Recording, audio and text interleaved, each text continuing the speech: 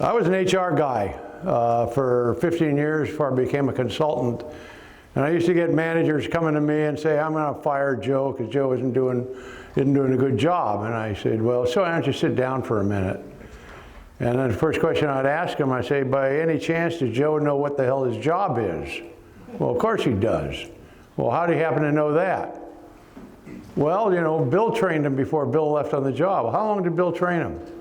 Well, I don't know, it must have been at least a week. Where was Bill focused during that week? Was he focused on training Joe, or was he focused on his new job? Well, maybe he was focused on a new job. So can it go without saying that there's a possibility that he doesn't know what the hell his job is? Now that happens in SIR until about a year or so ago. We didn't have job descriptions for these jobs. There is a position description for each of your roles on the state website, and I encourage you to read it. It'll give you a great idea of what it is you're supposed to be doing.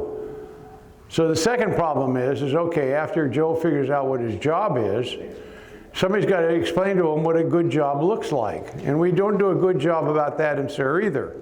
We particularly don't do a good job in providing any kind of feedback. You know, I've been through it all. I've been, big SIR, little SIR, branch member relations chairman, branch recruiting chairman, growth and membership chairman in SIR, board of directors, area governor, regional director, vice president, president. And let me tell you, the only time I received feedback was probably from a couple of presidents to say, when one of them actually said, they said, last time I looked, I was president, not you.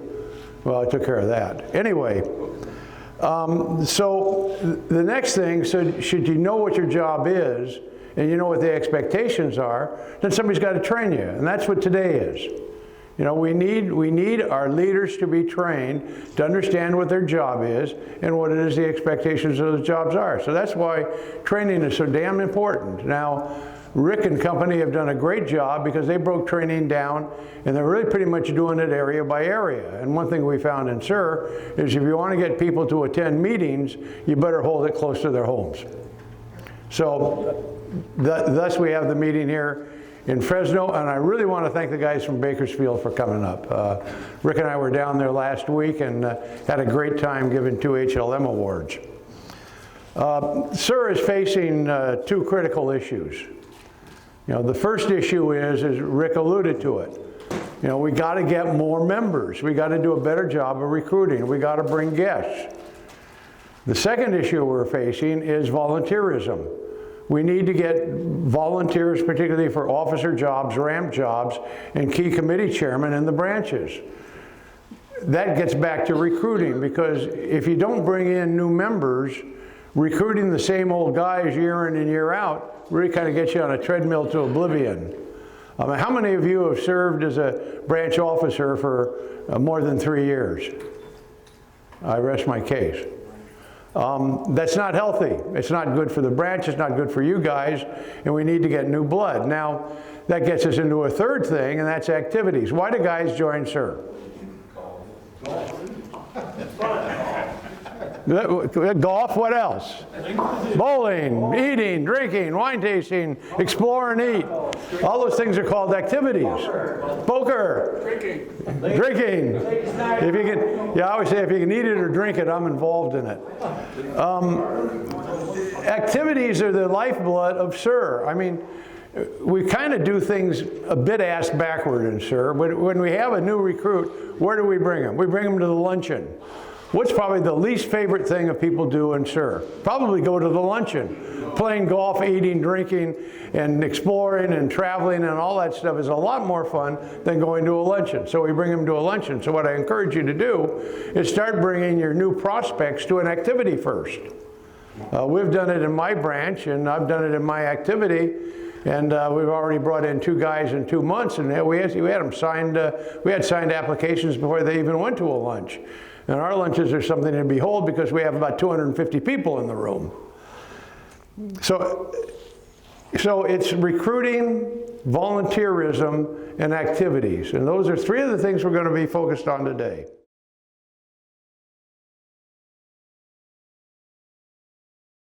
Here's what I picked out of kind of the high points. Publicize SIR to women and minority groups. I mean, there's a lot of them around. There's the senior center. Who patronizes the senior centers? Men or women? Mostly women. Yeah, my experience is maybe 70% of the members at a senior center are women.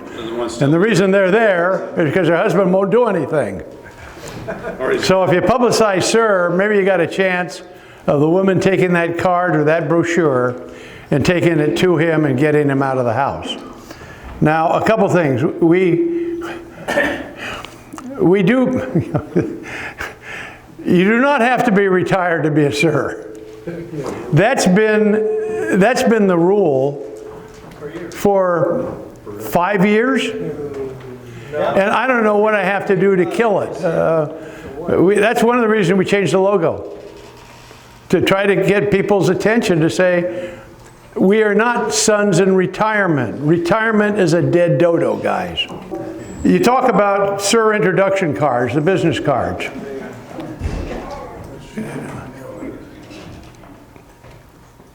Branch 149 has brought in more guests and members this year than any other branch I can think of. And one of the things they did was they have a business card, a SIR card, and it gives the guy's name and it says, join us for a free lunch on, and they write the date of the next meeting. Now it does two things. How many SIR cards have you, I've given out dozens of SIR cards. Have I ever gotten a follow-up by one? No. But they get follow-up because the date, it gets people to make a commitment and do something. And it works really well. I'll give you here, for those of you that are interested, contact Stu Williams. You can write this one down. Stu Williams at 510-865-5000. How many new members have they brought in? Pardon? How many new members have they brought in? Dozens. It works. I like the idea of free booths, fairs, home shows, golf expos. Good place to get out. Are you going to get a bunch of members from it? Doubtful. But you are going to get the name of SIR out, which is helpful longer term. Just like parades. How many, you guys do a parade down here? Yeah. Yeah, that's good. It gets the word out. And you have somebody following and giving out brochures and cards. We do have new flyers. They're on the SIR Inc. website. And we do have a video about SIR. We showed it at the town hall meeting in February, I believe. And we made an offer that anybody, any branch that wants to get that video tailored to their branch can get in contact with Chuck Joyce here, and he'll do it for $50. And then you got your own branch video. Expanding member interactions, intra-branch, great ideas, a potluck or picnic. An annual get-together for all members, all branches, for SIR at a park and do a potluck or a picnic potluck. Great idea. I think link to the other branches' websites. And that way you'll also get their bulletin. Another great idea. And I think a simple invitation to invite them to lunch or to activities will go a long way. Intra-branch.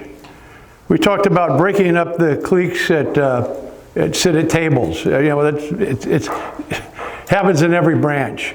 And if you really want to start a firestorm, start trying to break them up. Yeah. But maybe you can leave a vacant chair. Right.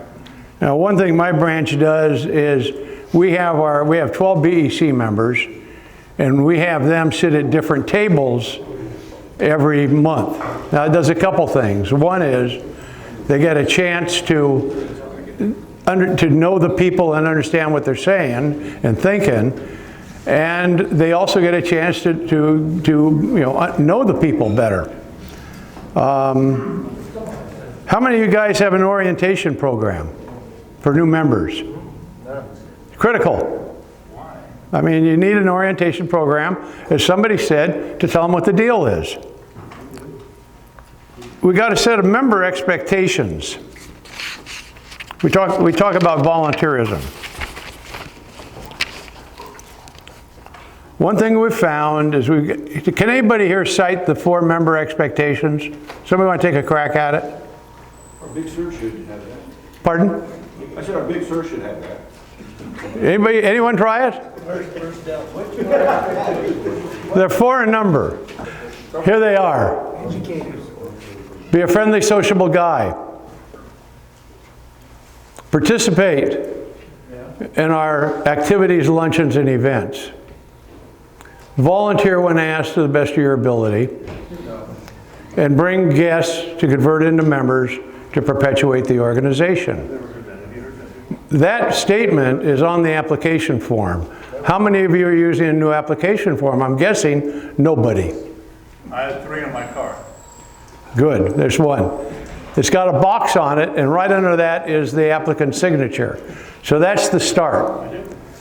We're also having the branches include the member expectations in their induction ceremony. We don't want you to change your induction ceremony because there is no induction ceremony. But one of the things to drive member expectations home, and one of the times they're listening, is when they're getting sworn into the organization. Okay, we talked about orientation. Another thing important about orientation is follow-up. We pull our members together our new members together after 4 or 6 months and ask how they're doing. And it's, first of all, they feel they're being heard. Second of all, it provides invaluable feedback to the branch. We have a video. The video is on the website called What Can a Member Do? That talks about the 4 member expectations. I'd encourage all of you to show the video at one of your luncheons, if you have the capability. Sponsors. You know, it's the sponsor's responsibility to stay in touch with this person for at least the first 6 months. Now, we don't typically have problems if the sponsor is the one who brought the guy in. But many times, the sponsor just met the guy. And they're less likely to follow up and keep track of them. And the last thing you want is this new member wandering around in your branch that doesn't know anything up from down, and nobody's kind of taking them under the wing. That's a sponsor's job. So work with your sponsors. And I like the other one, lead by example. You know, the BEC has to be made up of people who have a wide range of acquaintances in the branch, which means that you got to turn your BECs over. The BEC member should be on the BEC for about 3 years and then rotate off. You want to get newer people on your BEC because, you know, we don't know. I know I've been a SIR in my branch for about 15 years.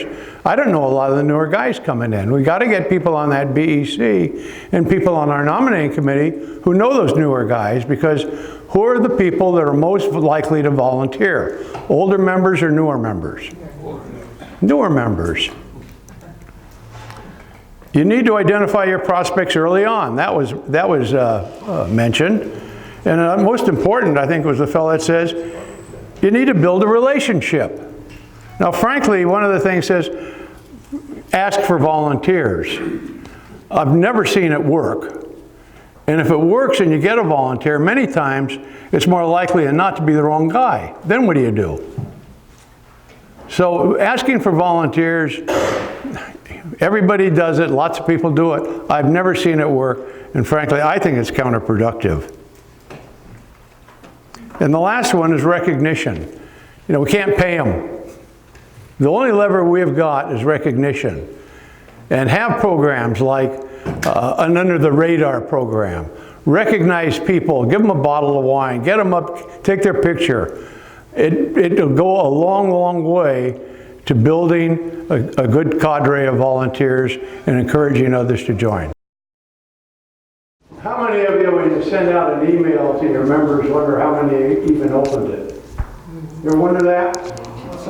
Or if you send out an email and say, click here for the bulletin, you wonder if I wonder if anybody ever clicks on that. Constant Contact will tell you. They'll tell you who opened it, who didn't open. It'll also send automatically a follow-up email in 3, 4, or 5 days, depending on how many days you want it to do. It's a great tool. It's much better than what we usually do, send it out and hope for the best. It works great.